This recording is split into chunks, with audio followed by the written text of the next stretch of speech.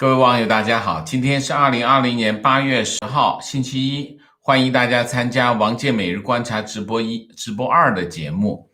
我们今天的题目是美国对华再下重手，中概股年底是大限啊。这条新闻呢，其实在上周曾经发生过啊，路透社曾经报道过，但是这条新闻又发生了新的变化。那么这个《华尔街日报》驻白宫的记者发出来的消息，他这么说，他说财政部长努姆辛确认，所有中国公司必须在年底前遵守美国证券交易委员会 SEC 和美国财政部的规定，否则他们将从美国证券市场退市。那这个情况呢，就和我们之前上个星期这个路透社的报道啊，路透社的报道是这么说，他说美国财政部和证券交易委员会建议川普总统在2022年1月前，所有不符合美国审计要求的中资企业，就他们的上市地位要取消他们的上市地位，也就是说他们要摘牌或者是叫除牌啊。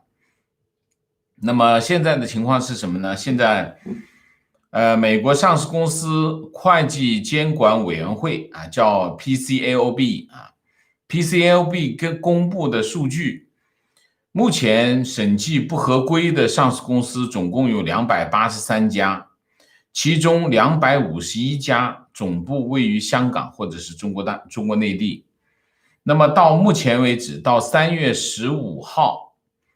在美股上市的中概股，就是以中概股为概念的上市中概股，总共有247家啊，也就是说，可能中间只有3-4家是香港的公司啊。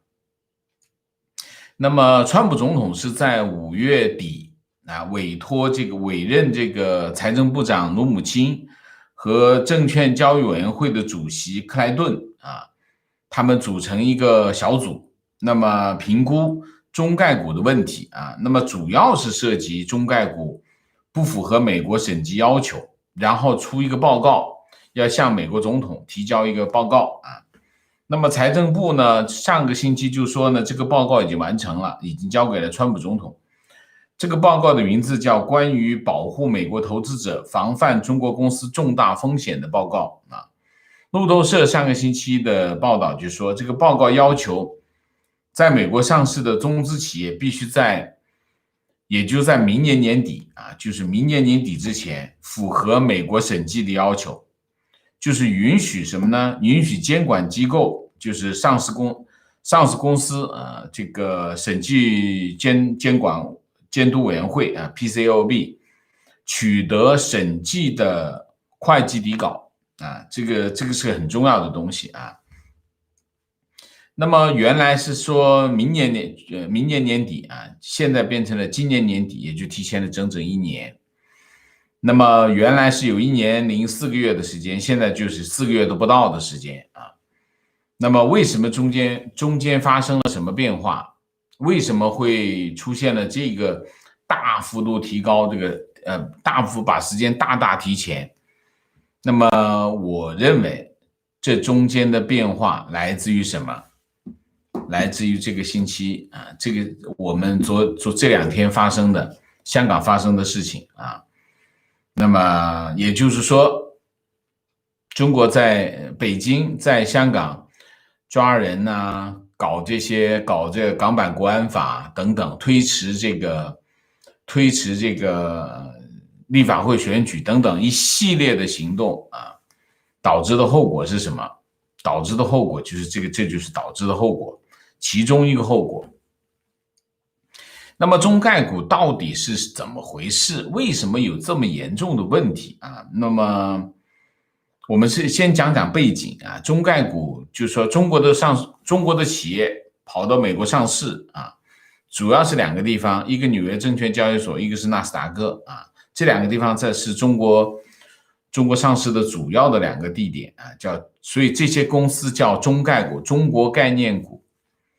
那么中美双方是在2013年签订了一个跨境审计，因为你上市公司一定要审计啊，因为出报告，你出财务报告，那你必须审计，否则你会出现假报告啊，财务作假。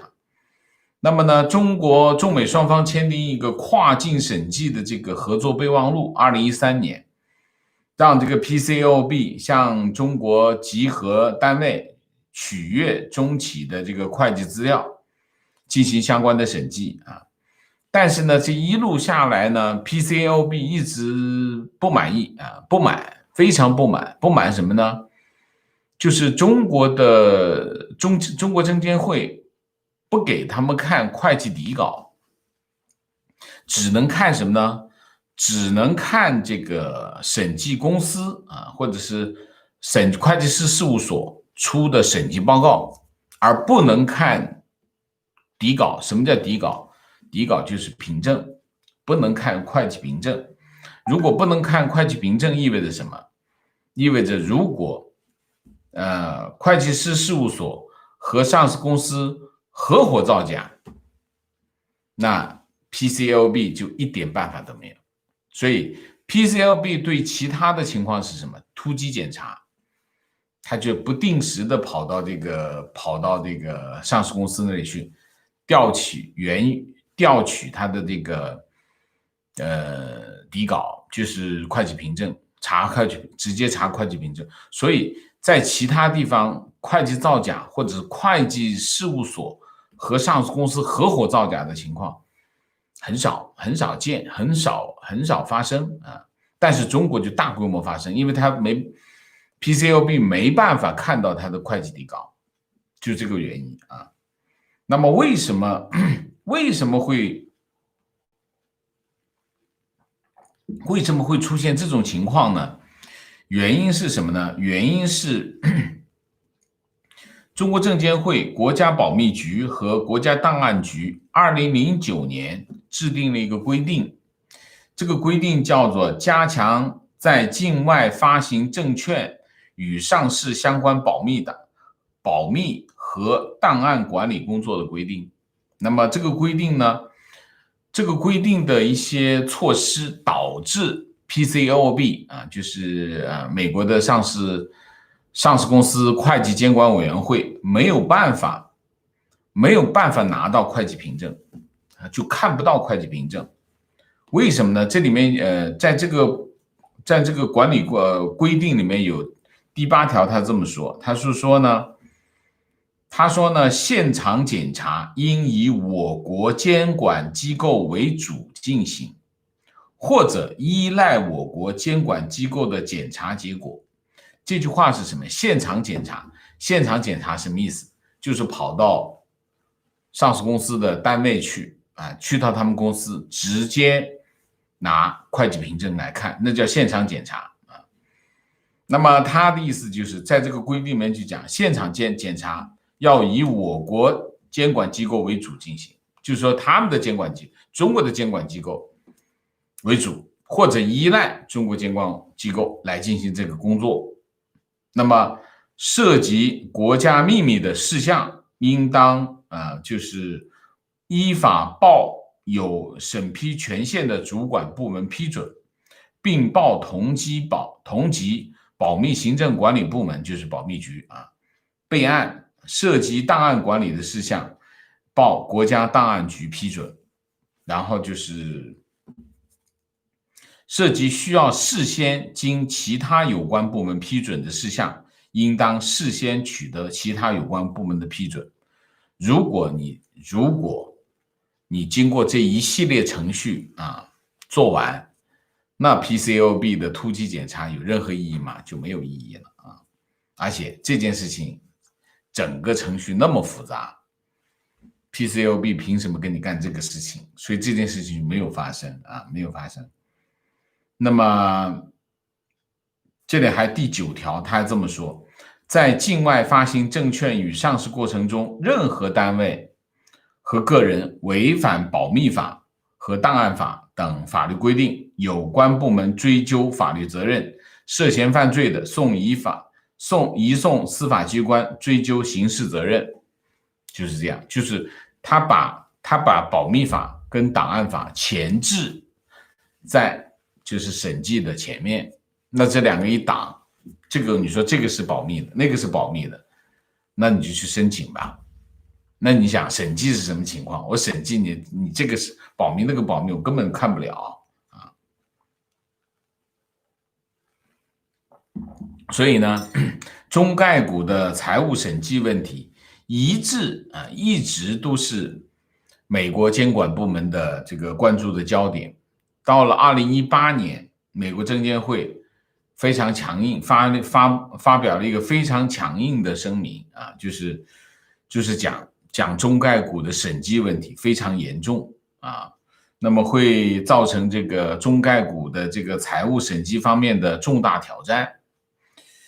那么，但事实上是什么？事实上，中概股的会计造假屡禁不止，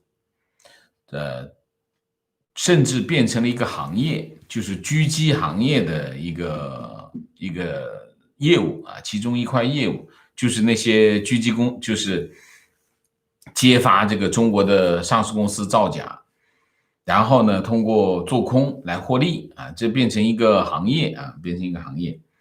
那么今年这个爆发的这个什么呢？瑞幸咖啡啊，这个让中概股一下子就变成在火上烤，就放到火上烤中概股啊。那么大概就是一个这样的情况，但是真正起决定性的影响是什么？真正起决定性的影响是参议院5月20号通过了一个全票通过了一个叫外国公司问责法案啊。这个法案随后呢，众议院也推出了配套的法案。根据这个外国公司问责法，它有3个主要内容啊。第一个，在美国上市的中国公司需要证明他们不受政府控制或者持有，这是第一个。第二个，这些公司要安排美国这个上市公司监察委员会啊，就是 PCAOB 的审计程序。如果 PCAOB 连续3年无法审计上市公司的会计报告，那么公司的股票就禁止在美国证交所上市，就这3条啊。如果要达标，就必须干什么？美国的中国的上市公司就必须向 PCAOB 提交会计审计底稿，就是会计凭证。但是如果中国的上市公司把会计凭证交给了美国的 PCAOB 的话，它就有可能触犯什么呢？触犯我刚才讲的这个保密和档案管理的规定。那么实际上呢，中国的上市公司等于就夹在这2个执法部门之间，两头无法搞定。那现在的情况就是一个这样的情况。那么当初网易从在纳斯达克上市啊，然后现在跑到香港去上市，6月21号啊在香港上市。它的招股说明书啊披露的是什么呢？披露的是这个他们网易回香港上市的其中有一个原因，就是因为它有可能在纳斯达克退市。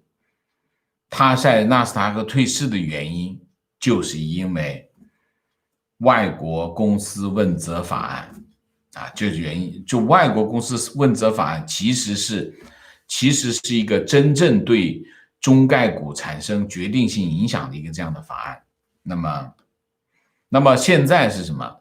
现在就是 SEC， 就是美国证券委员会和财政部已经达成一个共识，这件事情就是要开始做。什么时候开始做？就是年底。就是说所有的中概股必须在年底之前完成，就是达到这个 PCAOB 的审计要求，达不到的退市。这意味着什么？你想一下将近250家吧，250家上市公司，那总市值那是我没算过啊，应该有上万亿啊，3万亿得有吧啊。那么这个影响是非常大的啊，影响是非常大的。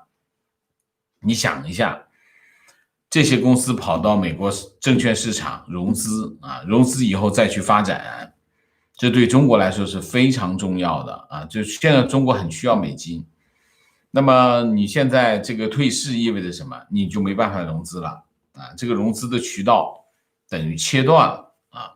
原来还可以跑到美国去融资，那么你现在没有办法去美国融。我们先不说这个退市怎么弄，退市有很多退市的模式啊。但是有些人说，那我要不要换点美金去把股票买下来？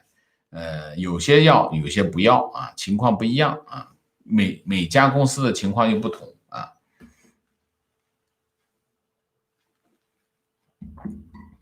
这是这件事情啊，这是第一件事情。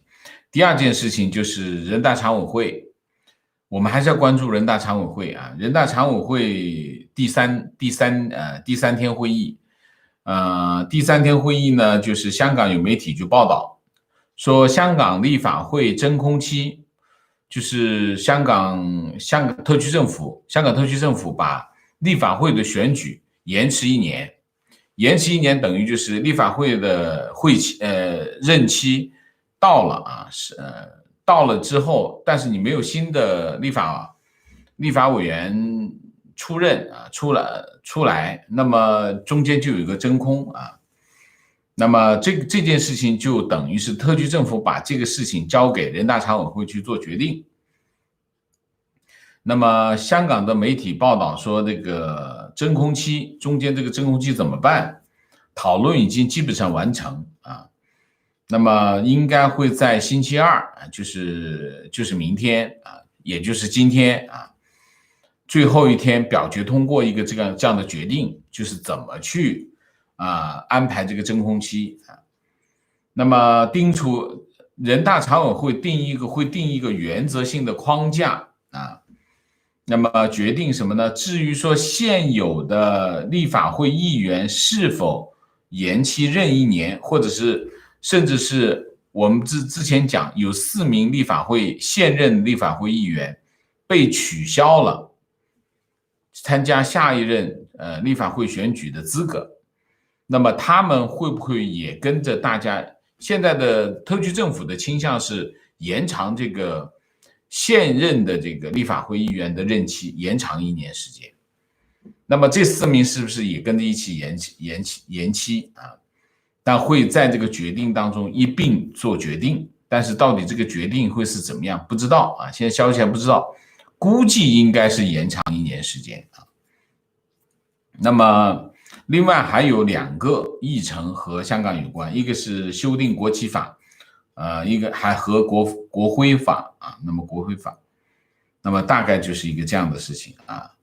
那么全国人大常委会基本上，如果是没有意外的话，如果继续按照这个程序走的话，那么应该是今天就星期二啊，北京时间的星期二，因为4天的会期啊，那么就要表决通过他的这个决定，应该是延长现任议员的任期啊，大概是一个这样的事情。那我们就讲今天主要的新闻，就是讲这2个啊，一个就是什么呢？一个就是美国开始下重手啊，在资本市场领域开始动手，动什么呢？就是把中概股的这个会计审计问题，在今年年底设一个大限，过不去的全部退市。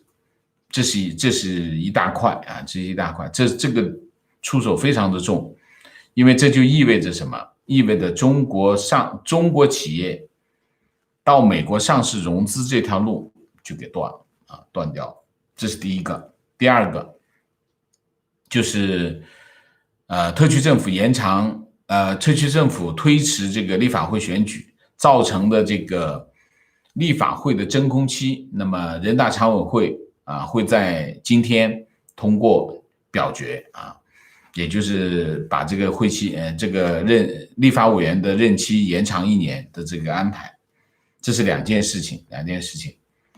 我们分析一下这个局势啊，这个局势呢，总的来说大概是一个这样的事情，就是说中美之间的这个对抗，其实是从上个星期啊，美国宣布对这个11名中国大陆和香港的高官进行制裁。从这件事情开始，一下子就急转直下，一下子下来之后，中国方面做出了2个回应。第一个回应就是对等，所谓的对等制裁，也找了11个美国的议员和这个智库啊什么 NGO 的负责人进行制裁，他就没制裁官员啊，这是第一个。第二个就是开始抓人，在香港抓人，抓黎智英和他的儿子和这个一传媒的高层。再抓了谁呢？抓了周庭啊，抓了周庭。周庭是香港众志的前成员啊，曾经的学生领袖啊，还有就是另外2名香港的这个学运组织的成员，应该是成员。那么一口气抓了10个人，在港版国安法的前提下抓了10个人啊。他们在香港的这个行动一下子把整个的中美之间的这个对抗的这个气氛一下子就拉高了啊，一下子拉高。那么实际上现在，那么美国财政部决定啊，把原来是要在2021年底完成的动作，直接提前到今年年底完成啊。那么这就是我们讲的就是这个后果就在这里啊。那么另外一个突出的情况是什么？就是五眼联盟。五眼联盟星期五发表一个声明，就是对这个香港的这个选举和这个 DQ 候选人抗议啊，其实就是发出最后通牒。那么五眼联盟也加入到这个对抗当中来，让这个局势变得更加一面倒。这是第一个，这个局势呢就非常的，现在就开始这个局势拉高的，这个气氛拉高的非常的高，中美之间包括五眼联盟也加入，那么整个气氛就拉高了，这是第一个。第二个，你可以看到，之前我批评过啊，说这个美国出手不给力啊，制裁所谓的制裁什么签证制裁。都是什么签证制裁不给力，然后你可以看慢慢的就开始给力了啊，然后就是直接针对他的这个 SDN 名单的制裁，这个制裁的力度就很大，冻结财产，它就不是签证了，冻结财产，然后禁止这个金融服务啊，利用这个金融系统，实际上这个制裁力度就非常的大啊，制裁力度非常，所以你可以看到美国。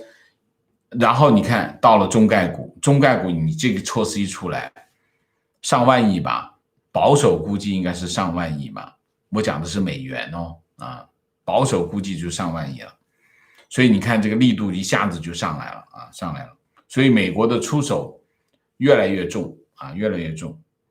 然后呢，后面跟着是什么呢？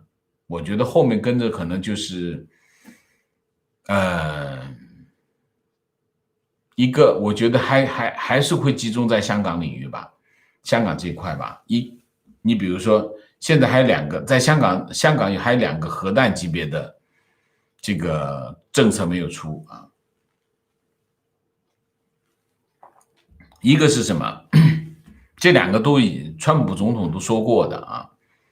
我对川普总统的评价是什么呢？就是他只要说过的，他早晚他都会实现啊，这个我觉得川普总统还是做的比较好的，只是他有的时候会磨叽很久。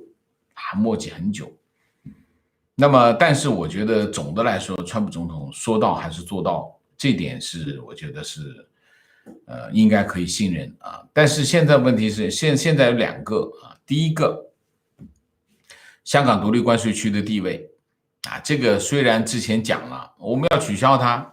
我们要这个取消它的特殊待遇，但是没有具体的出政策，没有行政命令出来啊。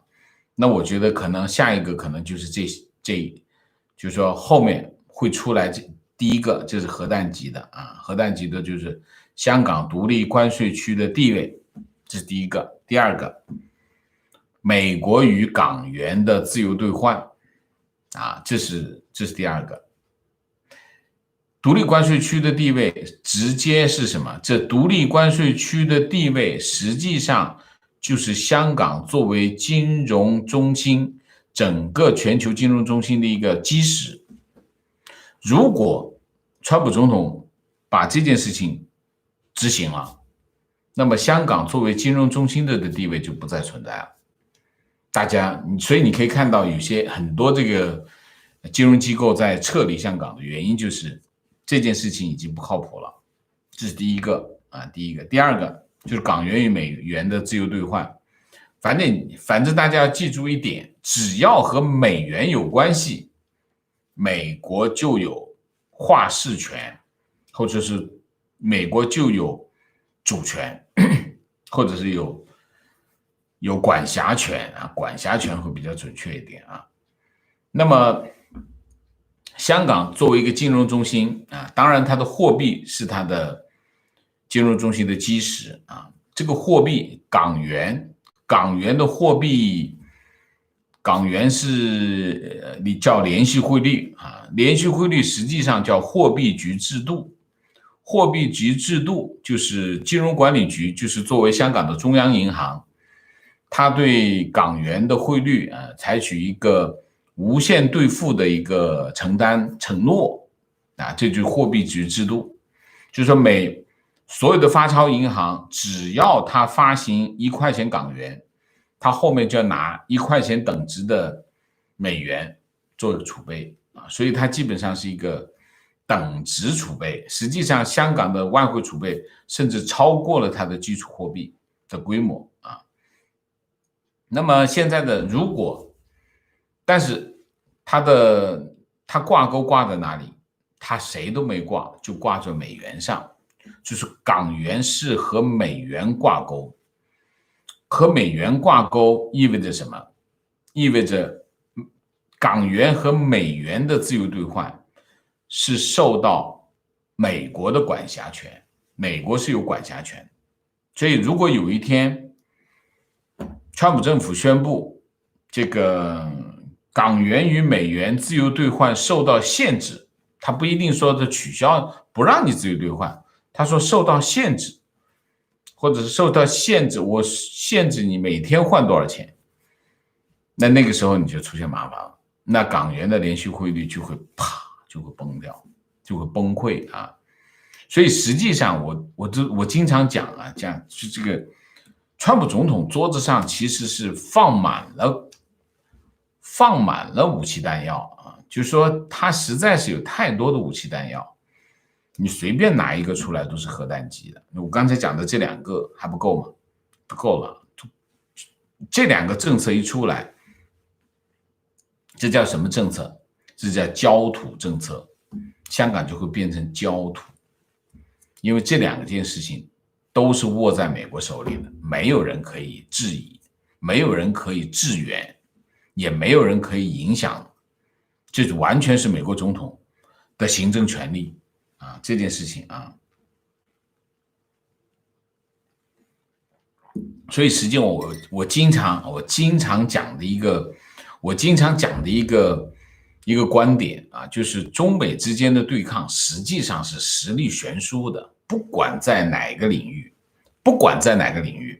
基本上都是实力悬殊。你比如说在香港议题根本基本上没有什么可以平等对话的条件，因为双方之间的实力实在是悬殊。为什么？香港作为一个国际金融中心的这个地位，它必须得到美国的认可，它才有条件生存下去，作为金融中心生存下去。如果你不作为金融中心没关系，那跟美国没关系。但是你要在金融领域要活下去，做金融中心这件事情，美国要是不认可、不接受、不支持，这个金融中心是不存在的。为什么？因为在金融领域，美国拥有没有可以挑战的霸主地位，在这件事情上不用讨论，没有什么好讨论。所以实际上在香港议题上，北京在香港做这一系列的动作，其实是没有太大的意义。为什么？因为到最后，核弹一出来，全是一片焦土，没有什么，中共在那里做的这些动作都变得没有任何的意义。所以你从这件事，中共知道吗？北京知道这件事情吗？北京清楚得很。这就是什么？我还是那句话，他为什么要做这一系列的动作呢？还是习近平的性格，就是那种，就是老北京陕北老农民的那种，这种恨啊，这种死恨的那种性格啊，就是我就是要搞一下，这还是那个，这不是赌徒心态，这是什么？这就是我拥有四海，我就可以拿这个东西来搞一下，出口气。不行就不要了呗，就这种心态啊，这种心态。好吧，今天我们的主题就讲到这里，我就不另外再总结了啊。那么我们下面就进入互动啊。进入互动之前，例行公事，请大家点赞，请新来的网友订阅啊，请大家加入我们的会员，支持我们做更好的节目。我这边特别提醒一下，就是我们最近这个会员的情况，不是特别好啊。那么我请大家能够支持我们继续，把我们的会员制度做下去的，我就请大家尽量的支持啊。这边有2个原因，第一个原因，我们为什么要做会员，就主要是为了抗衡平台对我们的影响啊。那么这件事情实际上在过去一段时间是有很大的价值的。尽管有的时候实际上不断的这个平台的事情是不断的，我只不过是不说而已。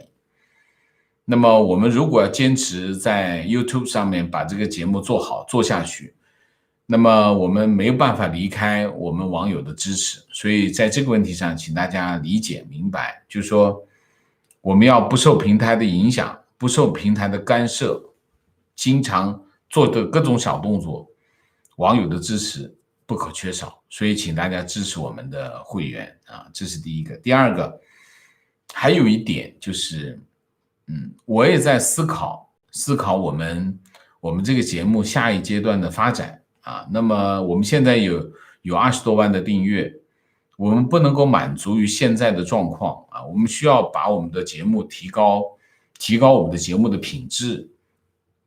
所以最近我也有一些设想。那么我们要去实现这些设想，也需要资源啊，所以也需要大家的支持。所以就这2个啊，一个我们要防止别人搞我们专心的做节目，所以需要大家支持我们，支持我们的会员。第二个，我们需要发展。那么发展我有一些规划，那么我会找一个时间向大家报告我的规划。那么也需要大家的支持，好吗 ？OK。好，我们现在进入互动啊。进入互动之后呢，请大家不要聊天啊，3个情况、问题、观点，好吗 ？OK， 谢谢大家。希望今天可以，还是那句话，我们就要提高这个沟通效率啊，就是大家就不要聊天，尽量的简短，问题简短，这个或者是观点也要尽量的简短，这样我们可以多念一点啊。我也经常就是念不完，我也心里很不舒服。我是尽量想念完，可是我们最近老是超时啊，超时很厉害啊。好，明谢，陈峰，谢谢，很好的自媒体，坚持啊，谢谢。William Tan， 谢谢。Mike 朱，谢谢。丁建军，谢谢。产 Claudia， 谢谢。好，让我们进入互动啊，提问。我一直没明白，在89事件后，香港是怎么同意回归的？这么个政府，真的有人信他们的承诺吗？我还真不知道，我那个时候没在香港啊，这个过程我们不掌握啊。你这一下一提出来，我真的是有点，我也是想看看啊，我找时间回去看看这方面的情况。提问：当年6·4香港人帮助北京学生领袖离开中国，为啥今次就没有人伸出援手？网友，很多国家都在签证上在帮香港人，这也算是一种黄雀行动，不是没有人帮香港人。第一个，这是两个不同的问题啊，就是这个网友可能问的是这个在海外的这些学生领袖们怎么不去支持香港人啊？据我所知，还是很多像王丹呐这些还是很支持香港人啊，这是第一个。第二个，这个网友也是解释的也是对的，包括你看英国就不说了，英国已经有300万个名额了啊。那么现在就是澳洲肯定是支持的，台湾肯定是支持的，加拿大我印象中也是在走程序啊，也是会支持的。所以你可以看，基本上我相信五眼联盟都会支持香港人啊。这个我觉得你看问题不大。两个原因，支持香港人有两个原因。第一个原因就是道义上大家还是觉得香港人可以值得一帮助，因为香港人看香港人的抗争在全世界面前啊，香港人的抗争得到大家的认可，这是一方面。另外一方面就是香港人的这个他们的这种专业水平，他们的这种能力和他们所拥有的财富啊，很多国家都觉得非常的好。所以其实香港人得到大家支持的原因是多方面的啊。黎智英，我两手空空来到香港，所得一切都归于香港之自由，如今感恩得以生命回报自由。 OK， 观点，王先生不要觉得香港抓黎先生是报复，这是他早就定下来的行动计划。给您对比一下，89年决定调军队进京是4月26号就决定了，根本不取决于学生如何行动。所以抓黎智英绝不是近期美国行动的报复，而是早就铁了心要硬干。共产党就是这样，不能对他抱有任何幻想。我同意啊，我同意。我只是我相信也是这样啊，我只是觉得就是抓黎先生肯定是有报复的意味在里面啊。你这么说也是对的啊，这么说是对的，肯定他早就计划好了，肯定不是今天昨天做的这个决定，这个话是对的啊。观点，我以前就是在国内的外资事务所干审计的，中国企业的内控不可能达到 PCAOB 的要求，给1年时间也够呛，限期今年年底就等于叫他们直接滚蛋，非常正确。情况，什么烂公司都想到美国圈钱，黑的要死，我都看不下去的一堆烂账烂项目居然也能上市。我认识一个专门帮人做纳斯达克上市的公司，被人堵门了还能做上市，黑到家了。中概股超级无耻。去年中国商务部长去白宫访问，拍胸脯对白宫说，不需要对中概股进行任何监管，你坐等收钱就好。那怎么能相信呢？提问，是否允许在美国上市的中概股不用遵守美国会计准则的？是谁啊？是谁？也没有不允许啊，允许他不是允许他不遵守，他的那个账还是按照会计准则做的，只不过那个账后面的那个数字是不是真实的，你如果不能够去审查它，那不他就造假了，就是这样的。那么上市公司中概股必须遵守美国的会计准则，遵守会计准则什么意思？就按照会计准则去做账啊，怎么入账是一个这样的问题。现在的核心的问题不是不遵守美国会计准则，核心的问题就是 PCAOB 去能查账、查底稿，就是能查凭证，就这个意思啊。观点，中共喜恶之处就是钻空子得到好处后，认为这些是正当的利益，完全没想到有被剥夺的那一天，就觉得那是理所当然啊。观点，其实中概股的金融风险倒是其次，我觉得是政治风险是导致美国做出这些决定的因素更高一点。金融风险是这样啊，金融风险老实讲呢，对华尔街来说呢，也就睁只眼闭只眼。为什么？他把钱赚到手就行了，对吗？这对于华尔街来说，中概股就是两个概念。第一个概念是什么？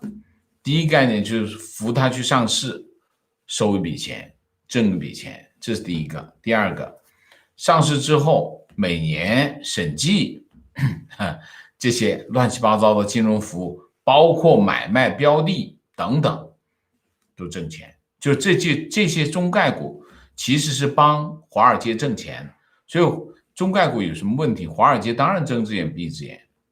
他没有责任去保护中小投资者利益，谁保护？美国证监会 SEC 他有责任保护，PCAOB 有责任保护中小投资者的权益。华尔街闭着眼睛挣钱就好了，他们是这样的情况啊。政治风险也好，金融风险也好，对于美国的金融市场来说，中概股的金融风险也罢，政治风险也罢，最核心的是什么？最核心的就是美国要下决心把中概股赶走，把这个通向中国市场的资金这个渠道切断。这是什么？这就是脱钩嘛。脱钩不就是这些吗？脱钩是几个嘛？就是资本纽带要切断，科技纽带切断，教育科技切断，经济切断，产业链切断，这才能脱钩嘛。你不这都还连着呢，你怎么切断？这就是脱钩的其中一个环节啊。提问：中概股美国退市，姿势体大，华尔街那群人会不会出来阻止？阻止不了，他们没有这个能力。所以大家还是要想明白啊，就是说美国不是中国啊，中国是精英控制这个国家，精英想怎么干就怎么干，上下其手，把政府搞定，把官员搞定，那么这个精英就可以通行无阻。大家用这个方式啊，当然我们以前的这个课本也讲，资本主义所谓的民主，其实都是骗人的啊，然后就其实都是资本家在后面上下其手啊，听他们的，其实不是这样的。华尔街没有那么大力量，真正的力量来自哪里？真正力量来自选票。美国总统为什么权力那么大？因为他被人民授权。所以其实华尔街那群人有没有影响力？当然有影响力，但是有没有那么大的影响？没那么大的影响力。他们也不会和民意相对抗，他和民意相对抗没有任何好处啊。所以在这个问题上，大家不要想，就是说大家不要高估了华尔街的影响力。当然华尔街影响力是很大的啊，这是第一个前提。第二个，它还没那么大。他还是不能跟白宫碰的啊，总统的力量还是很大啊，总统的权力还是美国总统的权力那是非常的大，因为美国人授权给他啊。提问：王先生，退市的中概股只有2条出路，香港上市和上海科创板上市，会不会造成股票融资大幅增加，资金流动性大幅萎缩，造成香港和上海股市暴跌？那中概股退市就是什么？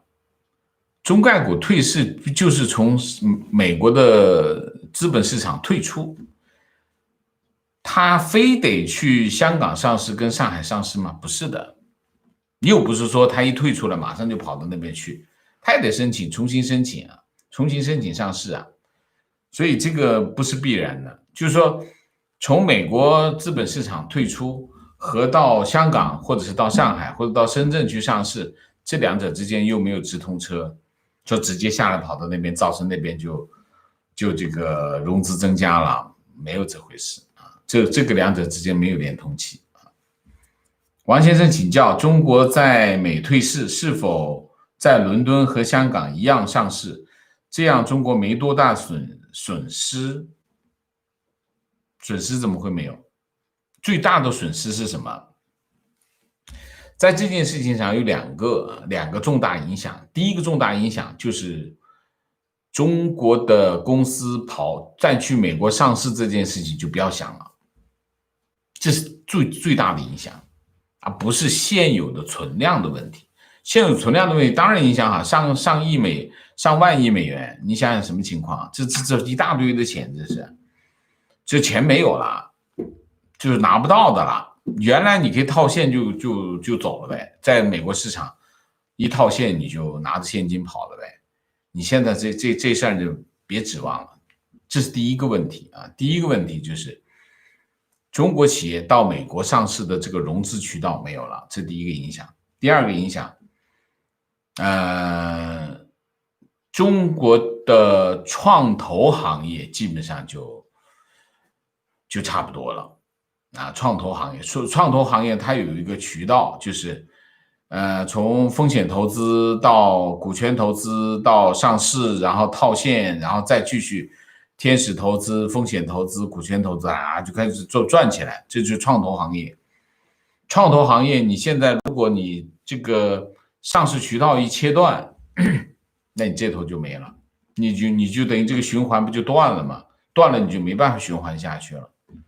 那你说是不是可以在香港上市，在这个国内 A 股上市行不行呢？也行，但是你现在不是这个渠道还没建立起来吗？这个循环不是还没起来吗？你要建立起来才行啊，这里面有一系列的规则的调整，你等你调整完了，这个行业已经奄奄一息了啊！所以这个问题是影响很大，就是两个重大影响。第一个，中国的上市公司就别想跑到美国融资了，渠道没了。第二个，创投行业重创啊。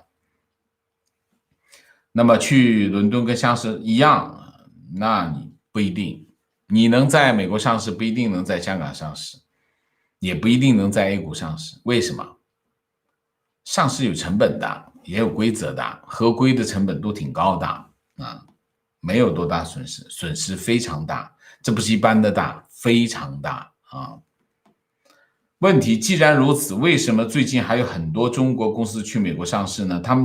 他们是觉得自己可以符合美国的审查标准吗？那没有做决定之前，我尽量的去上门，这件事情早就开始干了，又不是现在干的，所以他们尽快的去美国，可见去美国上市融资还是很重要的一件事情，对不对？观点，大部分美国的制裁措施都是建立在牺牲某些美国企业的利益的前提上，不能默认这些企业会自主同意或者应该接受这些损失。企业的出发点还是以商业利为主要目标，而不是普世价值。所以美国虽然很多大杀器不能用的效果如何还有待观察。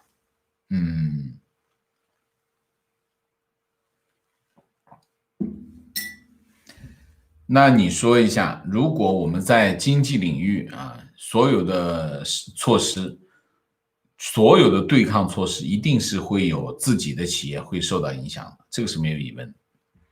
但是在这个问题上，你们也不要小看美国企业的对国家的这种认同和支持美国的企业还是很支持国家的政策的。所以在这个问题上，当然在这个政策出来之前，很多企业会跑到政府去游说，说你不能这么干啊，你这么干我们这个行业会受影响的，就很多人会去讲。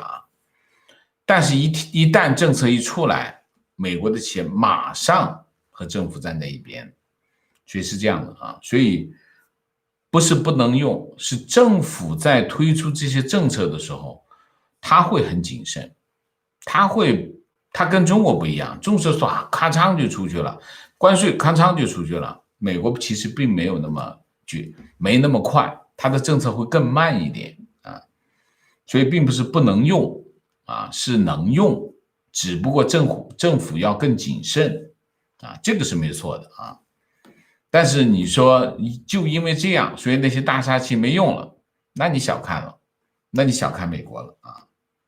王老师提问一下，中概股对上证或者深圳的股票有影响吗？这是股票的关联是在哪里？这个股票没有关联，两个不同的市场没有关联。情况，我今天在微博看到好多评论都说，美国制裁是官员，不是普通老百姓，让战狼不要绑架中国人民。好，这评论好多赞。OK， 微博吗？好吧，打卡硅谷问题，微信支付在全世界使用快速增长，会不会帮助人民币成为世界流通货币？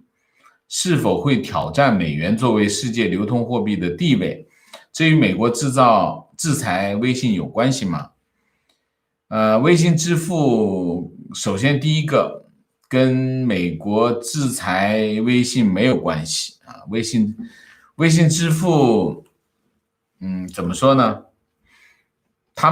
它微信支付是个支付啊，叫第三方支付。第三方支付呢，不算叫怎么说呢？它不是汇率的结算，它只是帮你的钱交给他，我只是帮你把钱从你的口袋里装到他的口袋里，理解吗？它不是帮你把你手上的钱换成美元或者换成日元，所以呢，它只是一个第三方支付手段啊。那么第三方支付机构会不会帮助人民币成为世界流通货币？不会。为什么？一个货币要成为世界流通货币，就有一个非常重要的原则。什么原则呢？就是可自由兑换。你必须可自由兑换，你才能够成为流通货币。什么叫可自由兑换？就是你拿着日元，想到哪里换美元就到哪里换美元，那么日元就是可自由兑换的货币。那么这种货币才能够被其他的人接受，然后进行交易。人民币现在能不能自由兑换？不能。所以你只能够在持有人民币的两个人之间，就是接受人民币的两个主体之间进行交易，理解吗？那你就不能跟美国人交易，因为美国人没有微信支付，甚至他不会使用人民币，所以他不能够跑到全世界去交易，他只能在两个中国人之间进行交易。那么在两个中国人之间进行交易，能不能成为一个世界性的流通货币呢？不行，你必须是你跟一个美国人、跟一个瑞典人，或者是跟一个西班牙人能够直接进行交易，那才能够成为流通货币。所以呢，微信能不能做到这一点？做不到啊，它还是只能在中国人之间换来换去，换来换去跟流通货币没关系啊。所以这也不是美国制裁它的原因，美国制裁它的原因就是美国政府说的那个原因。OK， 情况，瑞士或限制银行跟侵犯人权者做生意。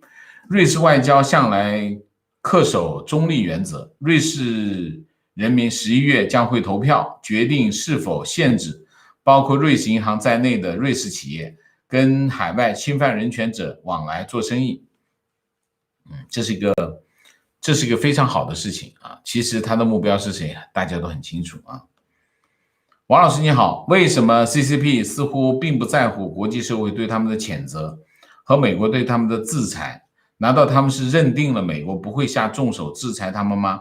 不会冻结他们在海外的资产、子女的绿卡那些？CCP 在不在乎？我是觉得，你觉得他不在乎，只是你没有看到他在乎的表情吧？我是觉得CCP 肯定很在乎，为什么？看你在这个制裁的力度够不够。如果你力度够，你比如说在之前美国的制裁没反应，之前是什么制裁？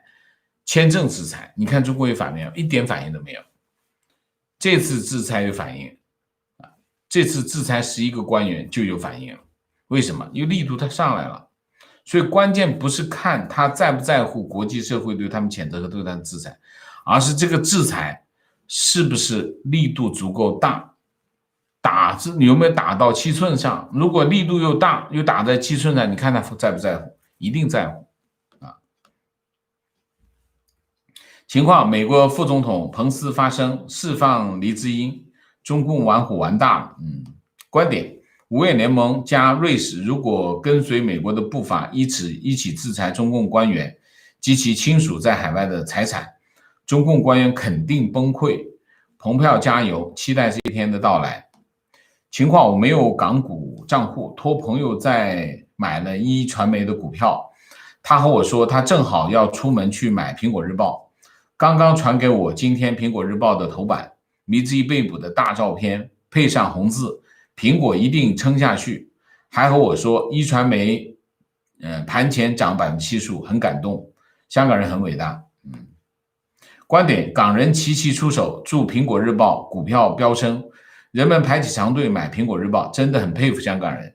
香港回归加油，觉得如果要反抗中共，得到自己应有的权利，这个中国才有也只有香港最有希望。提问：王老师你好，有一个问题很想请教。我去年认识了一个奇人，我们在美国同一个实验室读研究生，他在微博上是妥妥的小粉红，骂美国骂香港学生，经常赢得一片点赞，有30多万粉丝。而他在推特上却是另外一副面孔，大肆评击 CCP 和包子，语言犀利而辛辣，即使是大是大非的问题上也一边倒的反共。他推特同样有好几万粉丝，由于至少还要和他共事3年，我该如何处理和他的关系？真是奇人。网友这么答：微博是给国内的人看的，推特是给老外和墙外人看的。难道他是一颗红心，两手准备，一方面表现爱国，方便回国发展，万一不行，还能用推特做证据，政治避难？这种人怎么和他相处啊？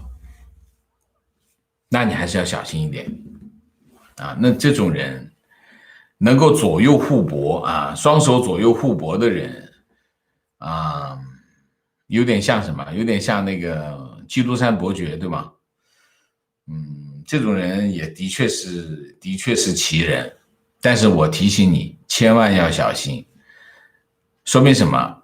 说明2点。第一，这个人完全没底线，对吗？他在国内当小粉红，在海外当反共义士，这两者统一在这一个人身上，完全不违和。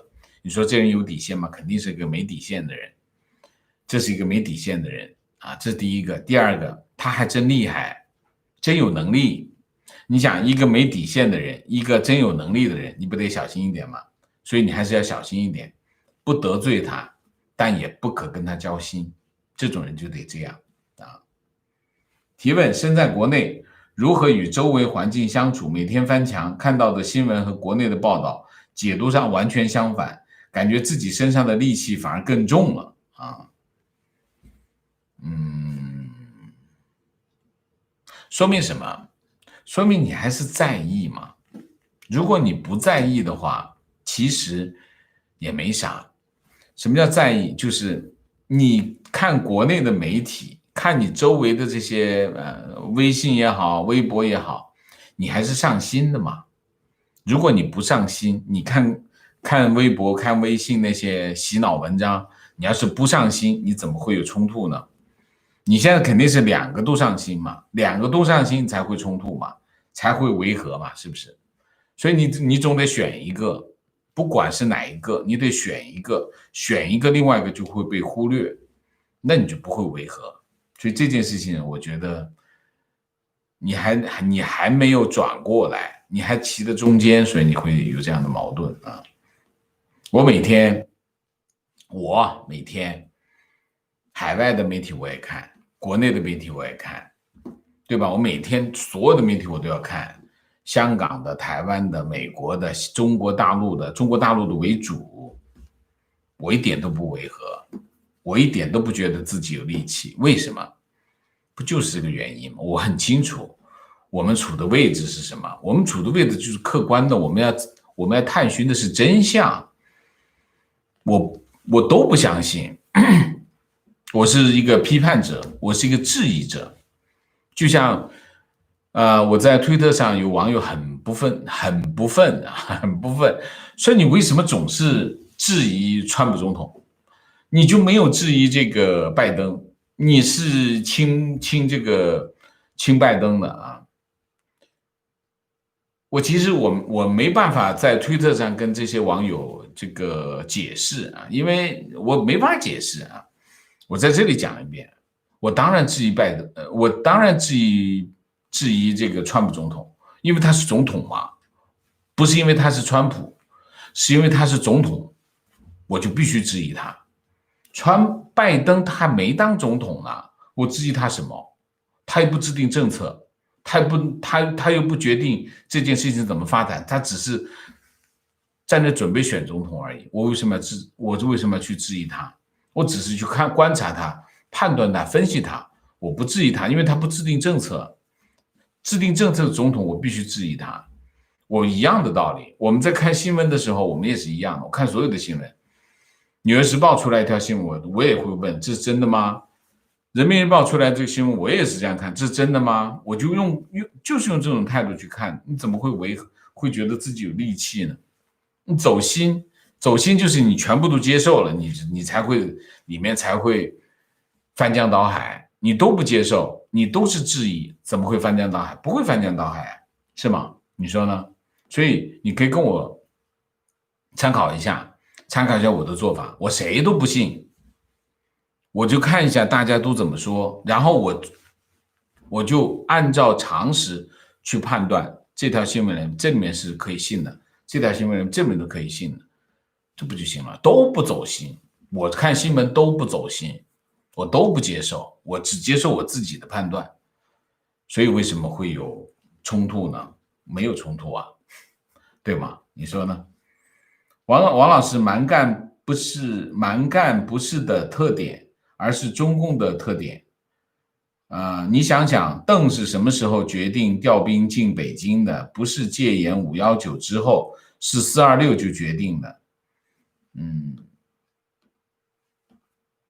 我不知道你说什么呀？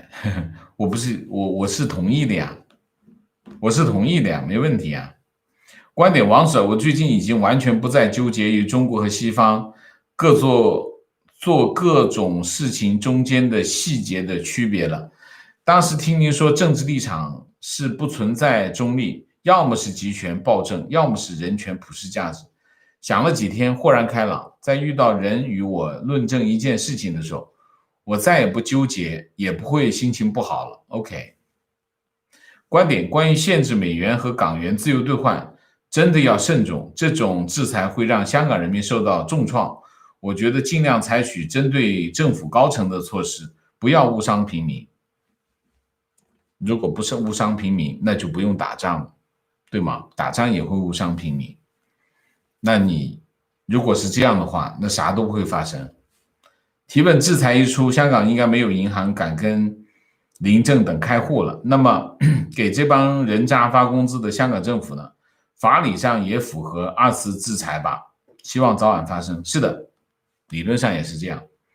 观点：历史上中国这片土地存在过无数个国家，国家这个概念只不过是中国的统治阶级给屁民套上的枷锁，是让贱民效忠的借口。好，明谢姥姥王，昨天吃到北加州的台湾85度 C 的咖啡，鲜芋仙的烧仙草加芋圆，有一丝乡愁。今天请王先生共享，谢谢。85度 C 还是真不错啊，他们的面包很好吃啊。Zack 王，谢谢啊，请王老师喝清酒。昨天果断订阅了苹果日报。听完你讲述了黎智英为什么不离开香港的原因，两手空空来香港，因为自由白手起家，现在要为自由留下，真的敬佩，是这样的。手拎打狗棒，谢谢 Andy 唐，谢谢王老师你好，看了你上集节目中声援一传媒，让我非常感动，马上订阅了苹果日报，同时也希望尽一份绵薄之力支持王老师，少少心意，请笑纳，谢谢啊。A 元，谢谢，支持一下王老师的节目，谢谢。陈木头，谢谢。观点建议王先生考虑开放电报群，只限会员可入。于子子，谢谢。上一集王舍对好奇心、了解、同理心的关系讲得非常好。其实还有一点是尊重，相互尊重是有效了解的前提。是的，谢谢。周礼庚，谢谢，支持王先生的节目，希望做得更好。好的，谢谢。曹 Bill， 谢谢。归人111，谢谢。情况：中国防火墙升级，开始封。我这不知道怎么读 TLS 1.3 和 HTTP 了，以后基本翻墙更难了。OK， 那真的是 so bad。好吧，我们今天的节目就到这里，感谢大家的参与，我们下个节目再见。再见之前，请大家点赞，请新来的网友订阅，请大家加入我们的会员，支持我们做更好的节目，做更好的自己。谢谢大家，谢谢，再见。